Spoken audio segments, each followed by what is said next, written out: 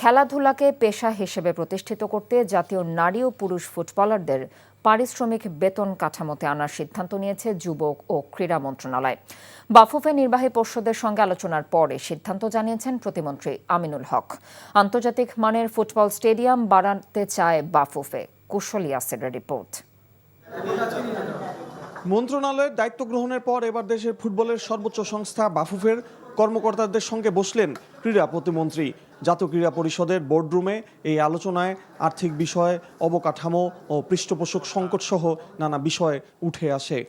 ফুটবলারদের বেতন কাঠামো, বাৎসরিক ক্যালেন্ডার, স্থায়ী জেলা লীগ, মন্ত্রণালয়ের অধীনে কোচিং স্টাফদের সুবিধা প্রদান সহ বিষয়গুলো আলোচনায় প্রাধান্য পায়। আমরা চাই যে ফুটবলের ভিতর থেকে যারা বর্তমানে বাংলাদেশ দলকে রিপ্রেজেন্ট করছে, সেটা পুরুষ এবং মহিলা, আমাদের মেয়েদের ফুটবল, তো সবাইকে আমরা সেই বেতন কাঠামোর ভিতরে এনে আমরা তাদেরকে মাসিক এবং সরকারিভাবে আমাদের চুক্তিভিত্তিক স্থায়ী বেতন কাঠামোর ভিতরে আমরা আমাদের এই ফুটবলারদেরকে অন্তর্ভুক্ত করব। যারা ভবিষ্যতে বাংলাদেশ ফুটবল টিমে খেলতে চায় তাদের ভিতরে তারা অনেক বেশি উৎসাহিত হবে।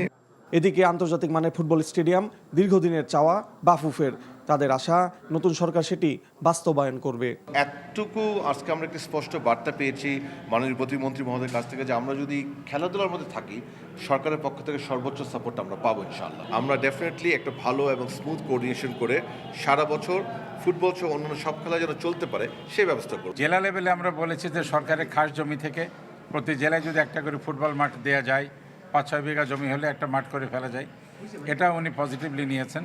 আপাতত বাফুফের কাছে কমলাপুর, সিলেট ও চট্টগ্রাম স্টেডিয়াম চুক্তির মাধ্যমে হস্তান্তর করবে মন্ত্রণালয়। ফিফার অর্থায়নে এই 3 স্টেডিয়াম সংস্কার হবে। কুশল ইয়াসির, এনটিভি নিউজ, ঢাকা। এখন পিরিয়ড হোক রেগুলার বা হেভি, প্রয়োজন মতো কনফিডেন্স আছে রেডি। Play with confidence.